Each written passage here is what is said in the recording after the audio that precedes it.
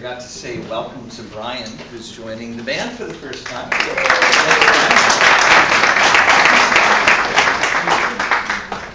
That's more than they gave me, so that's pretty good. Cold cup of tea if you like. So we have been doing a series for the past few weeks about the church that I called Church Without the Churchiness. And when I did a survey, you guys understood what I meant by churchy and how to avoid being churchy and why we should avoid being churchy. Because churchy is a word that we think of almost from a negative perspective. When you say something's churchy, we came up with a list of adjectives right here, like things like rules and patronizing and holier than thou, fake, hypocrisy. Now we've talked for a couple weeks now, we talked about sort of an us versus them attitude that the church can sometimes get, both in terms of the outside world, but also in terms of other churches. So for 2 weeks now we've talked about it isn't us versus them. When it comes to the world around us, it's us for them. That we're here to serve and we're here to do good to the community that we're in. We're not against them in any way. That God loved the world and so we love the world too. And we give ourselves in the same way that Jesus did for the good of the community around us. We live an alternative way of life, the one that Jesus modeled. But we're not there to say they're the enemy. They're the people that God loves. And we also talked last week about other churches, that it's not us versus them when it comes to other churches either, that we're all part of the same team playing different positions. We're all wearing the same jersey, just different names on the back. We're all trying to do the same thing. And so when one church wins, then all the churches win. And so one of the things that I didn't mention to you is if I put this on our Facebook page this morning, if anybody's interested in helping the Salvation Army go and help with flood relief, there's information on our Facebook group about that, or you can ask me. Because we join together, we cooperate, we're not in competition. Today I want to talk about some of these words we put on here, like fake, hypocrisy, holier than thou. Is there one about, I thought we'd put one about masks. Anyway, I want to talk about this idea of being real. And I've entitled this sermon, Taking Off Your Church Clothes. I'm going to put this down because I don't think I'm going to use it. Taking Off Your Church Clothes. Now that I realize that could be a very dangerous title, okay? So let me just from the beginning say this is a metaphor not to be taken literally, okay? So the reason that... yeah, you're pretending you're relieved, right? Yeah, sure. It's actually why you came this morning. Who wouldn't? Exactly. And what would I do if I didn't have you to banter with, Jay? This is good. When I grew up, we were still on the church clothes model of church, where when you went to church on Sunday morning, you dressed up a bit. Now, we weren't in the suit and tie days then, but we were in that transition in between where men would wear, a collared shirt, definitely, probably a tie and dress pants, and women usually wore dresses. Now, I always got confused about this, and I questioned why we had to do this, because I was the kind of kid that questioned things like that. Because in my mind, God saw us all naked under our clothes anyway. Why do we need to dress up to go to church? And the explanation I was given, I don't know if it was my parents or other people, but the explanation was this is a special occasion. We're coming together for church, and so you should look your best, right? Because it's a special occasion. There's some logic in there, and so I don't want you to hear me being overly critical of that, because I think there's some good motivation there. But here's the problem that I had. I didn't think that it impressed God at all what kind of clothes I wore. In fact, I'm still pretty certain it doesn't. And if we weren't looking to impress God, then who were we looking to impress? If God sees us under our clothes anyway, then what did it matter what we wore to church? Well, whose attention were we trying to get? Well, in my mind, if we weren't dressing up for God, if that didn't make any logical sense, then we were probably dressing up for each other, right? And trying to make ourselves look better than we did throughout the week when we came together as a church. Now again, don't hear me saying that's sinful or wrong, but here's what I do think is wrong, is that there's an underlying mentality that came out underneath that said, when you go to church, pretend to be better than you are. When you go to church, put on a bit of a show for people. Polish up the language you use. There's a whole holy language that we could speak quite fluently. How was your week? Oh, hallelujah, just praising the Lord all week.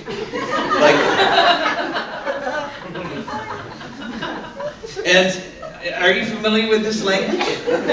It was a way of not just putting on our best clothes, but putting on our best front and making it seem like we were better people than we actually were the rest of the week. So again, the clothes thing is a metaphor for the fact that when you come to church, sometimes in a churchy setting, if you know what I mean, not in the setting Jesus intended, but in what church can sometimes unintentionally become.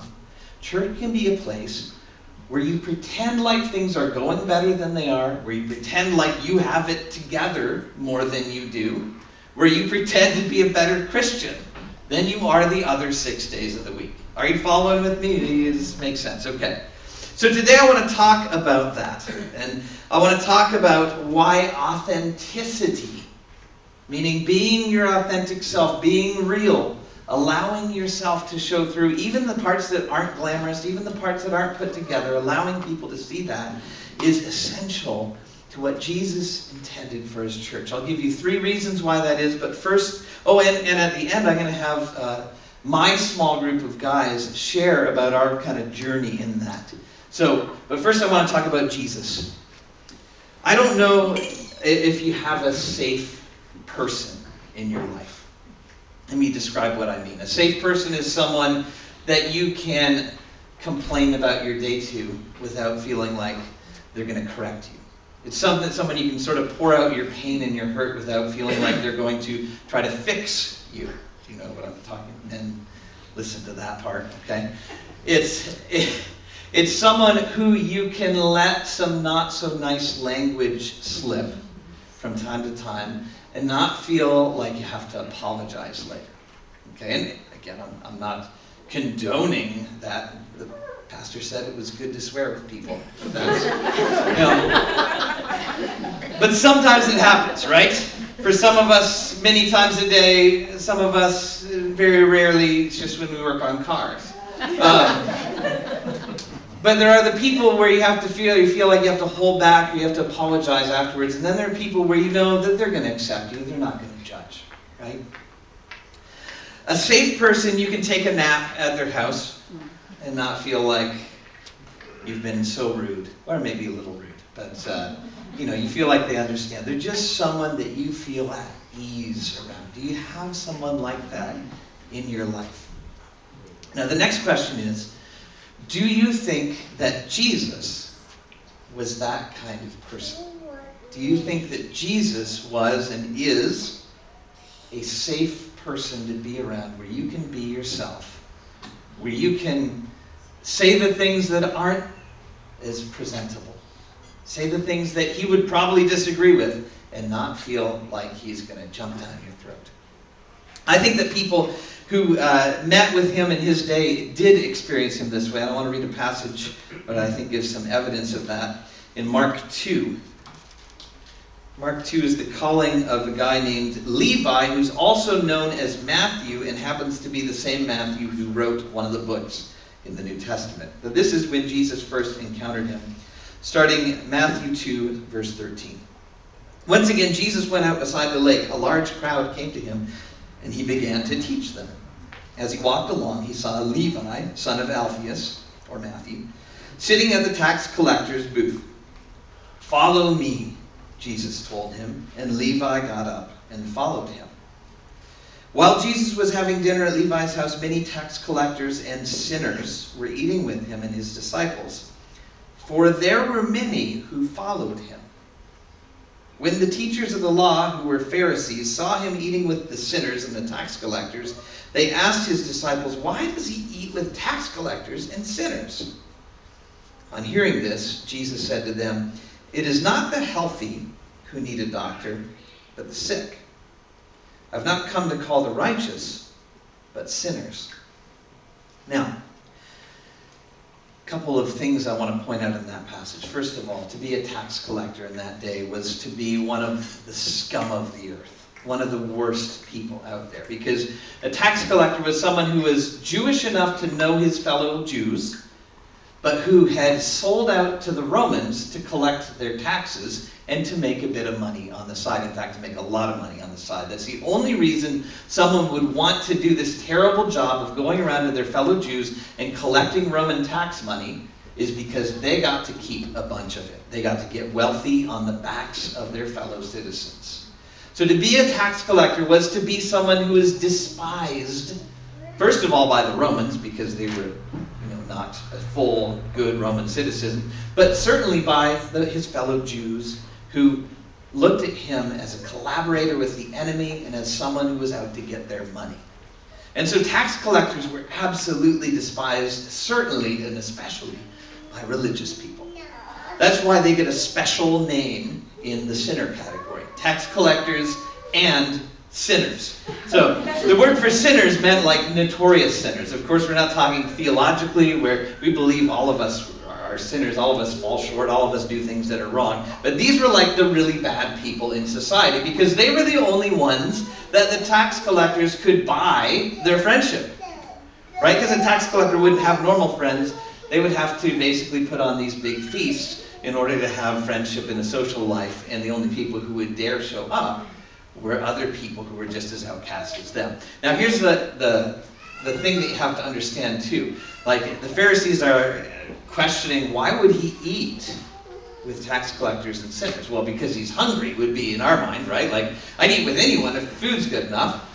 But back then, to eat with someone was a gesture of acceptance and friendship. It was a way of saying, you are on the same social level as me, I accept you, you're my friend. It was saying something more than just eating. And so the tax collectors were worried that Jesus was sending the wrong message by eating with, therefore accepting and being friends with, these notorious sinners. Not only that, but Jesus called Levi, Matthew, to be one of his top 12, his 12 disciples.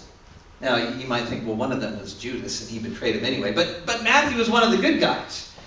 And yet Jesus knew that he'd been a tax collector, someone who was looked down on by everyone else.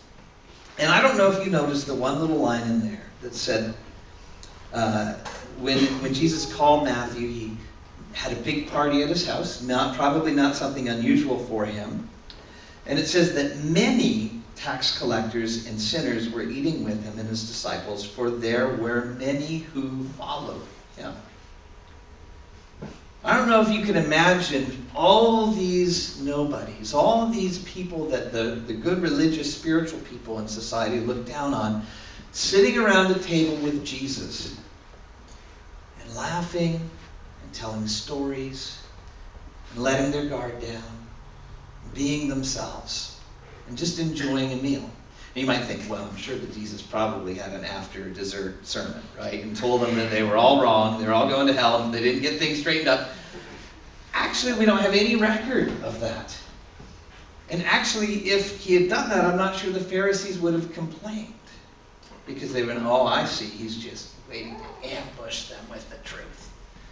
But instead, he just eats with them. He just sits down, and he's himself, and they're themselves. Because I think Jesus was a safe person. Now, there's one group of people who Jesus was not particularly safe for, and that is the Pharisees. By the way, I want to also point out one other thing. Jesus hung around with prostitutes, too. There were probably prostitutes at this little table that he sat at, and they're grouped in with the sinners group. And I thought about this week. Is there anyone that would be safe for a prostitute to be around?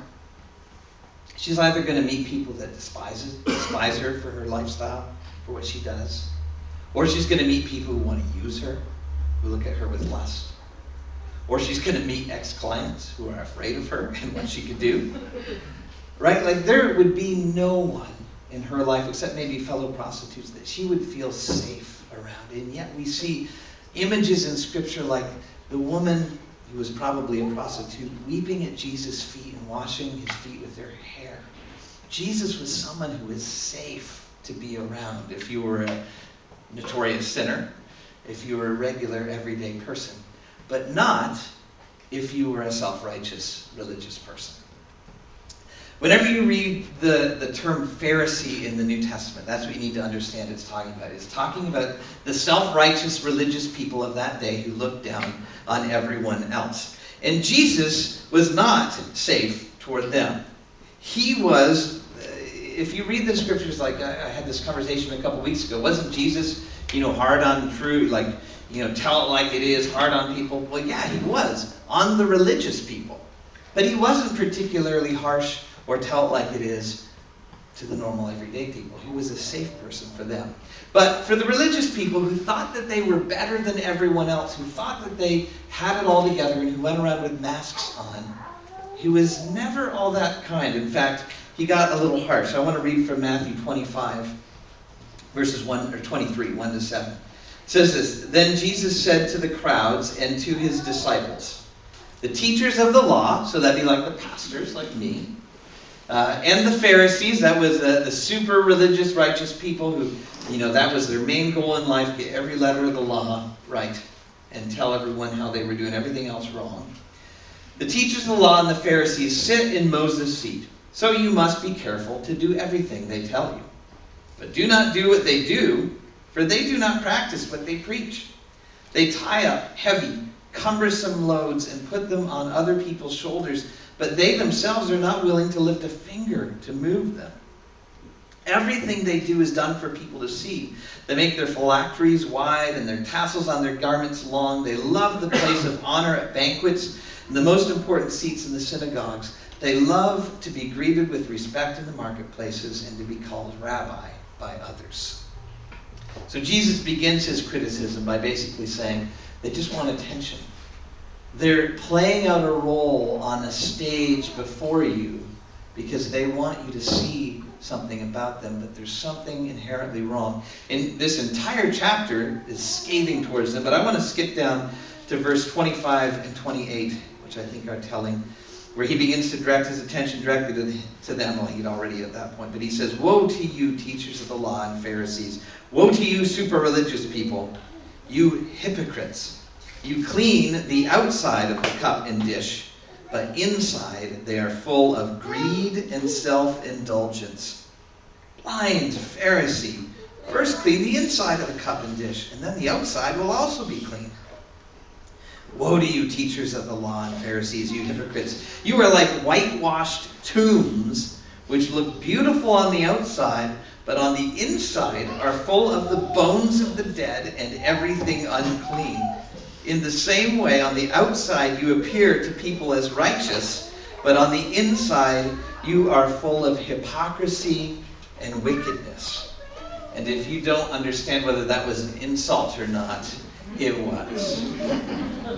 This could be why they killed him, okay? It was the religious people who eventually got Jesus killed. They did it through Roman soldiers, but it was the religious people that were the ones that said, we don't want him alive anymore because of things like that. What was he calling them out for? It was not their desire to be godly and to be righteous that bothered him. Okay? He never criticizes them for wanting to do what God wanted them to do. What he criticized them for over and over again is for being what he called hypocrites. Now you have to understand that the word hypocrite in Greek did not have a negative connotation like it does today. Jesus grew up in a town called Nazareth, and right next door to that was a town called Sepphoris. And in Sepphoris, they have done excavations, and history says that there was a big theater there. In fact, Jesus probably worked with Joseph, they think, in Sepphoris as a builder. Because teknon, the word we translate carpenter, really means something more like builder. He wasn't necessarily just doing furniture in a shop. And so lots of people theorize that he probably went, and there was a huge construction boom going on there at the time. And part of it was this huge theater where Greek and Roman plays would be acted. It was a huge form of entertainment back then, before Netflix even, believe it or not. They actually had to go somewhere and watch real people act these things out. Most of the actors were men, though there might have been some women. And when the men had to play a female part, or maybe if a man had to play two parts or a particular play, they would use masks to indicate that they were playing a particular role. And that's how this theater worked. And the people who acted out these roles in front of people and who put masks on to pretend to be someone they weren't, the Greek term for that is hypocrites. Hypocrites, which is hypocrites. It's just a transliteration. So back then, the word hypocrite just simply meant actor. It didn't mean good, bad. It didn't mean like what we know it to mean today. So when Jesus says, "Woe to you, you teachers of the law and Pharisees, you hypocrites," all the people back then heard was, "Woe to you teachers of the law and Pharisees, you actors. You're pretending to be better than you are." And so Jesus, I think, is A, someone who is a safe person to be around, and B, someone who wanted people just to be real, didn't want people to have masks on and pretend to be better than they were. And so the question is, if that's how Jesus was, how come so few people experience the church to be that kind of place? His church, the church that Jesus started, that's supposed to be continuing his mission, should be just as safe of a place as he was a person. And should be a place where we can take off our masks and stop being hypocrites, actors. So, there are three things that I think authenticity, the ability to be ourselves, does within the church. The first is this: to be authentic paves the way for Jesus' healing. So this is really just between us and Jesus. Jesus said, "Hey, I'm here with these sinners," and it wasn't like they're okay, I'm okay, everyone's okay. He actually called them sick, and not in the good way that we do today, right? Oh, these are sick sinners. But like, he said the reason he was with them is because sick people need a doctor. Well, why do sick people need a doctor? Sick people need a doctor so they can get better. So Jesus wasn't saying, "Hey, I'm here with these sinners because they're fine the way they are," but he was saying, "No, out of the relationship that I'm forming with them, I'm desiring transformation. I'm hoping that they get better. They're not fine the way they are." And what's ironic about this is he wasn't in saying that, "Oh, you Pharisees and you tax collectors, you're fine the way that you are. You're not actually healthy. You're actually sick, but you won't admit it." Okay, does that make sense? That the people who had the masks on and pretended to be all righteous, they were just as sick as these sinners that he was with, but they weren't willing to admit it. And I'm not sure what it's like to be a doctor who won't tell you, whose patients won't tell you their symptoms, won't admit to not feeling well, but I would guess that would be kind of a challenge. I would guess that if your patient, the tests are coming back like they have this horrific disease, but they keep coming in and saying, "No, actually, I feel fine. I'm fine, I don't have any symptoms," as they collapse on the floor, that it's hard then to treat them. And I think that's what Jesus was saying about the Pharisees, but not that they didn't need him just as much as the other people did, it's just that they weren't willing to admit that. And one of the things that Jesus says is that it's the spiritually poor that are blessed. The people who have nothing to offer God. The people who recognize that they come to God empty-handed, and they come in a characterization of begging, of receiving from God. Those are the people that are going to receive from God. It's not the people who come and say, "I've got it all together." And so the first place where we just really need this type of authenticity is in our relationship with God, in our relationship with Jesus, to be able to say, "I'm not healthy, I'm needy. And I need to relate to you like a patient relates to a doctor. I need you to help me be well." Because that's how Jesus came. The second reason that I think authenticity is so important is that it allows us to experience true community. In the very beginning, God created this amazing earth, and he said everything was good except for one thing. He said, "It's good, it's good, it's good, it's good. It is not good for people to be alone." We were created to be connected to each other. We were created to be in community. And we existed in that early state that says, naked and without shame. We were able to be completely ourselves, to really take off our church clothes, and not to feel weird about that. To be completely accepted as we are is what we're meant for. But because of the fall, and because of sin, and because we turned our back on God, it says Adam and Eve sewed together fig leaves to cover up their nakedness. Shame entered the picture. And that became symbolic of the disconnect between each other, because those relationships have been severed.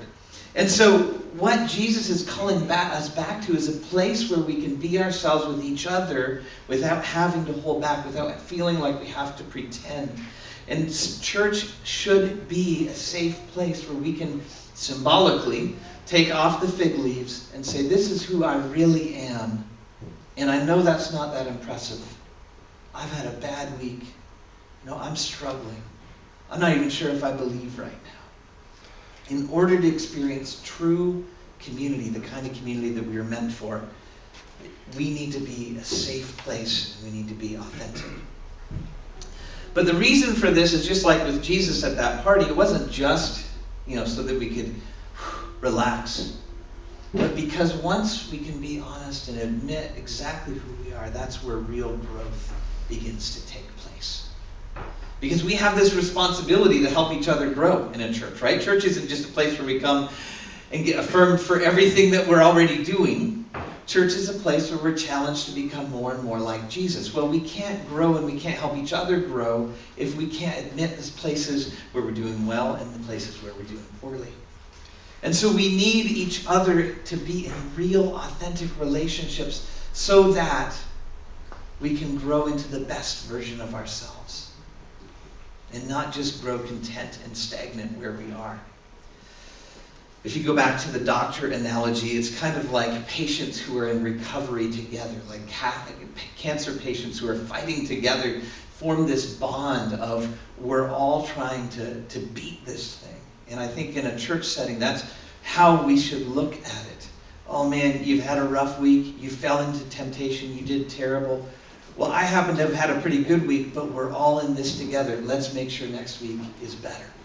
You can't do that stuff if you can't be honest and authentic. So how do we do that? How do we create a safe place? The first thing is be a safe person, okay? You can't have a safe church that's made up of a group of judgmental people, okay? That just doesn't work. So we all have to be safe people. Now, what happens if someone does something that's clearly wrong? What happens if someone is walking in a lifestyle that we don't agree with? Well, I don't know. Is it our job to control other people? Here's what I say. If they ask, tell them. If the Holy Spirit prompts you to tell them, tell them. Otherwise, it's okay to listen to things that you don't agree with and sometimes keep your mouth shut. Right? That's what it means to be safe, is to allow people to say things that we might disagree with, that might be obviously wrong to both us and them, without pouncing on them and saying, well, that's wrong, right? No, that's not wise. Listen for the voice of the Spirit and keep your mouth shut sometimes. That's part of how to be a safe person, which is what a safe church is made up of. The other thing is let go of your need to control the behavior of other people. Hey, I have a hard enough time controlling my own behavior. I cannot be tasked with controlling the behavior of all you weird people. Okay? So I made peace with that long ago. That as a pastor, my job is not to police or control your behavior. It is to help you connect with God, who will gently lead you into becoming more and more Christ-like. And if we could all get that in our heads all the time and just know God's the one that produces change, and sometimes He'll use me, and when He wants to use me, I should have the courage to open my mouth. But I don't have to feel like on my own I need to control anyone or be responsible for their behavior. We help each other along, but each person has their own free will, and we have to understand that. Another step towards becoming this kind of church is to be willing to make yourself vulnerable.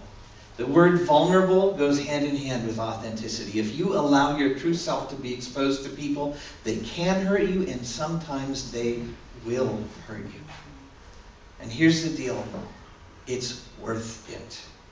To open yourself up and to occasionally be hurt is better than to close yourself off and be completely safe. To make yourself vulnerable in community is worth it. Make time for it is probably the most important part that I want to drive home today. This aspect of being completely authentic, of finding some relationships where we can be ourselves, take off the mask, and let someone see all of who we are, is not going to happen in the foyer on church or on Sunday morning, okay? It's not, and it shouldn't. Right? There is a natural process of diving deeper in relationship that doesn't get short-circuited. Sometimes it gets, fast forward a little bit, but we do not, when I say be authentic, I do not mean we have to air every piece of dirty laundry that we've ever had the first time we meet someone. Hi, I'm Jeremy. Welcome to MCC. Let me share with you what I've struggled with this week. No, there are times when we hold back for socially valid reasons, okay? So don't be like, well, Jeremy said we have to be authentic, and so, come in and we're all swearing next week. Yeah. So some people cheer, that's good. Yeah. There are socially valid reasons to hold back, and that's why we have to create intentional environments where we can be ourselves. And so I came back from Exponential last week and shared with you some of the things that God had said to me this year. This was a big conference I went to a couple weeks ago. But last year, I went to Exponential and did not share with you what God had spoken to me there. I shared it with 3 other guys. And what God had laid on my heart coming back was that I had been in a group where we had gotten vulnerable, where we had shared our lives on a weekly basis for several months, and then it blew up. And I said, no more of that. Don't need it. Don't need any more of that pain in my life. And I had people I could share with long distance, but I realized last year that I had kind of cut myself off from this. And so last year I came back and I said, I need to find a group of guys that I can be myself with. So I chose 3 guys. Partly because I didn't know them that well yet. They didn't know each other, I think, at all, or at least not much. And especially because none of them were on church leadership with me, at least at the time. And so I chose these guys and I said, hey, what do you think about getting together on a weekly basis and just sharing what's going on in each other's lives and praying for each other? And to my delight, they all said yes. And so I wanted to invite these guys up now to talk about our experience in that group and to talk a little bit about what authenticity does for our souls, how it helps us as human beings. So Brian and Adam and Mark, if you guys would come up, that would be appreciated. So we've been meeting for about a year now, since I came back from that last Exponential. And there's 3 mics for 3 of you. I'll let you fight over them. And the purpose of this group, we didn't study a curriculum. There was no leader. We just simply got together to share life and to be authentic and to take the mask, to create an environment where we could take our masks off and be completely real. So thank you guys for being up here and being willing to share some of our experience. First of all, when I called you up, what made you say yes to joining the group?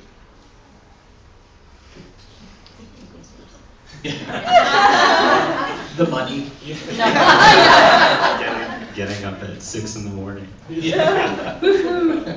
I'd say for myself, I've gone through a number of changes in terms of being married and having a child. I thought, yeah, having a group locally would make a big difference for me. So that's why I joined. For me, I think what this whole message is about was what resonated with me then.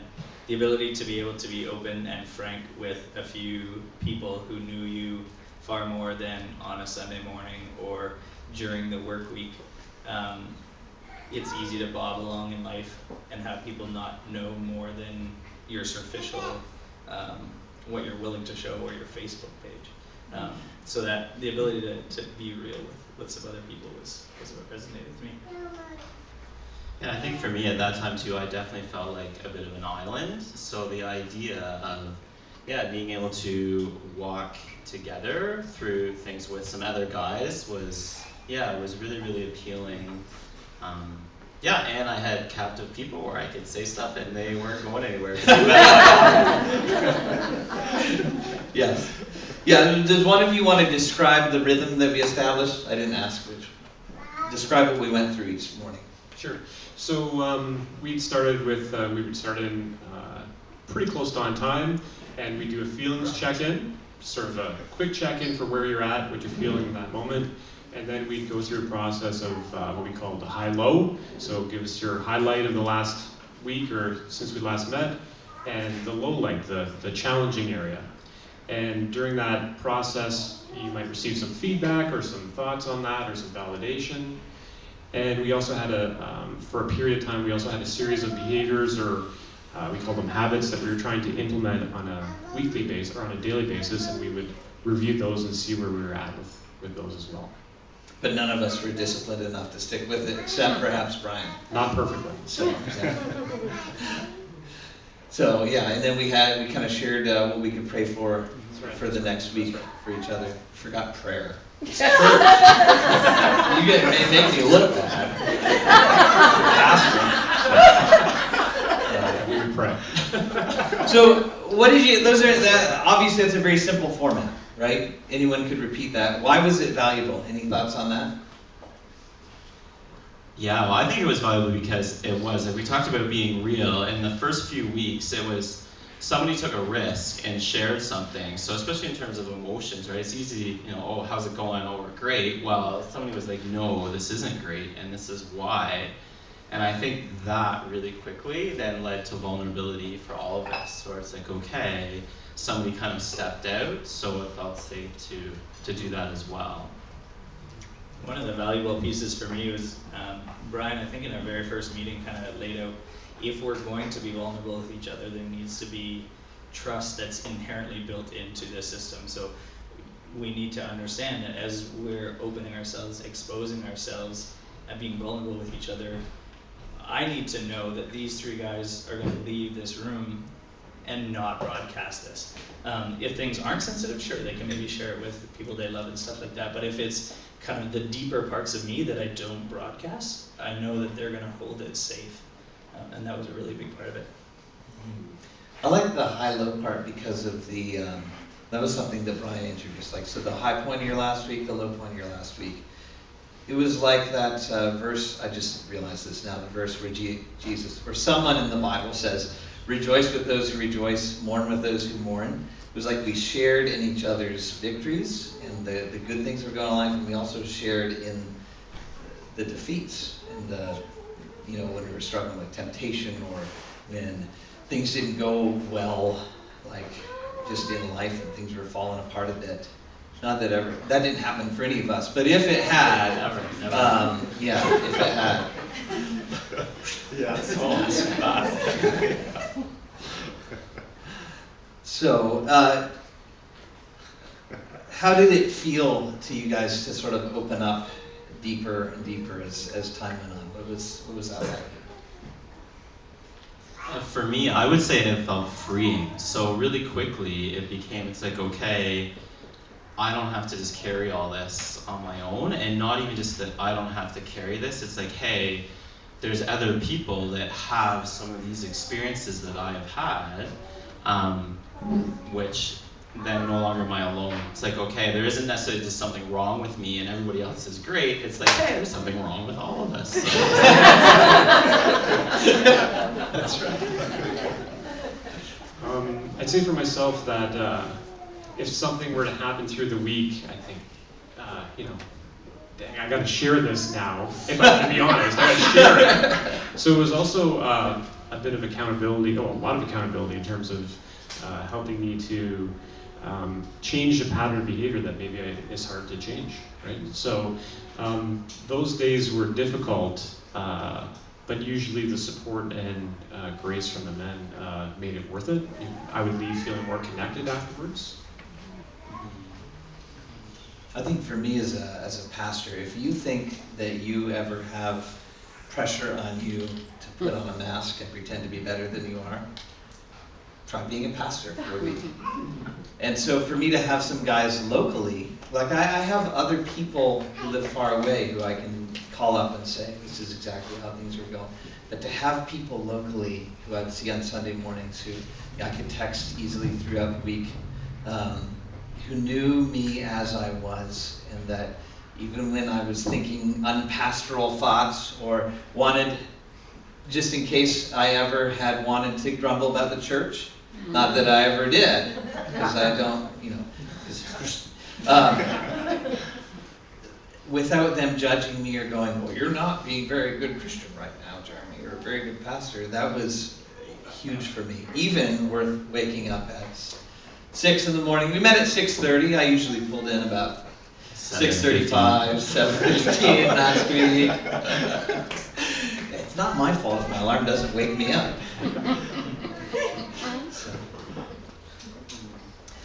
And if you want to share, this is the last question I have here, was one way you feel God used the group in your life to grow you or help you, or whatever else you want to say that might be helpful to people. So.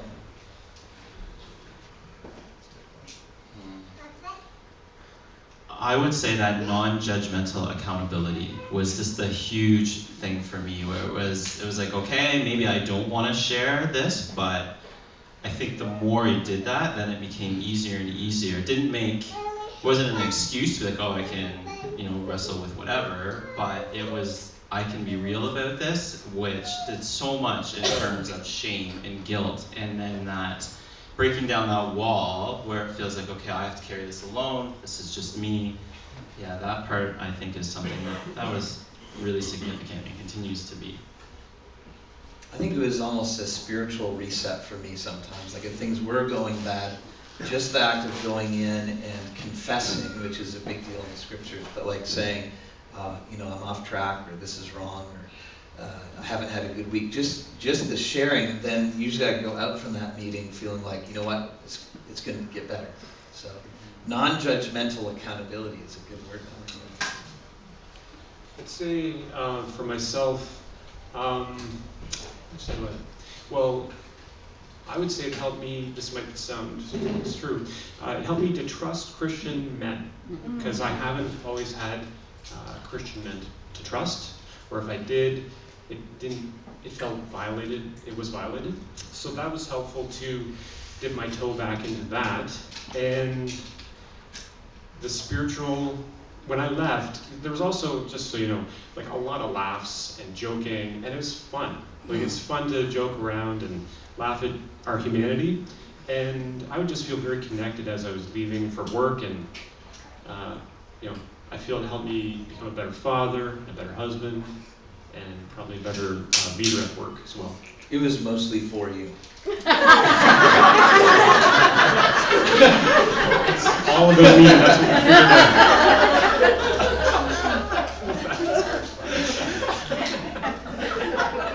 Lots of sarcasm there. I appreciated just the, like Jeremy was saying earlier, it's not good for us to be alone, and we can't.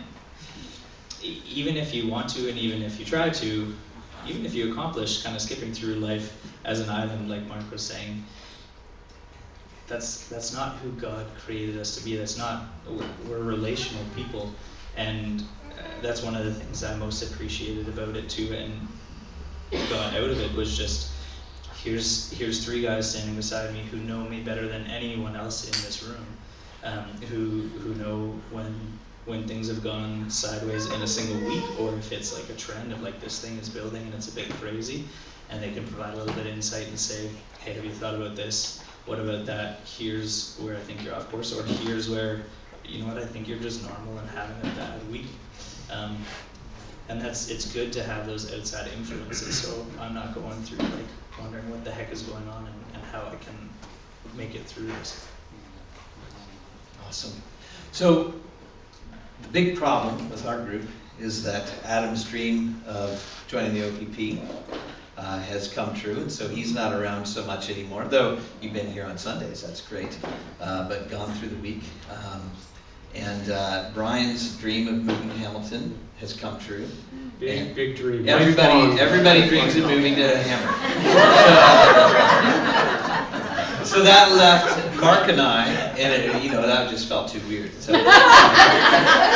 we kind of got from God, maybe this is time to start opening this up. And so we've been toying with it for a while, like starting some more groups, but we really liked what we had and didn't want to destroy it. So God has now destroyed it for us, and so we want to open this up to anyone who would like to join a group like this. I have sign-up sheets right here, but I'm about to dismiss you, so I don't know how valuable they would be. Send me an email. We're going to put some of these groups together. They're leaderless, they're curriculum-less. You'll get together and you'll go through some questions and you'll share with some other guys. And we also want to open it up to women if women are interested too. Mostly, we think it's guys who like to sit around and share their feelings. But if there are some women who like to do that, we love to help you get in groups as well. So again, this is a disorganized organization, and if you are interested, just send me an email or Liz an email. And we'll get you connected, or you can sign up on one of these sign-up sheets that are on the ground. For now, I recognize the time is getting late, and I want to pray. I want to make sure I said everything I was supposed to say. So, yeah, if it's on your heart, we'll get you connected with some other guys. God, thank you, first of all, for this group and how I just sensed you nudging me to do this a year ago, and all the great things that have happened through that. And I pray that that same culture of authenticity and culture of being able to share and be real and to experience the kind of community that we were made for, that would grow in our church, whether it's through official small groups or these little life-sharing groups, or whether it's just through friendships. God, I pray that we would be a place where people can be safe to be their authentic selves. And that from that safety and from that authenticity, you would grow us into the selves we were meant to be. I pray for each person that as we leave this room, that we would go with the knowledge that we're loved beyond our comprehension, and that we would share that love with every person that we meet. Help us be safe people, not just for each other, but for the people who live in our neighborhoods, that we interact with at work, who we bump shoulders with on a day-to-day basis. In Jesus' name, amen. Oh, and please help me not be in the 6:30 group this time. So have a great week. Here are the sign-up sheets. I'll set them back on the coffee table.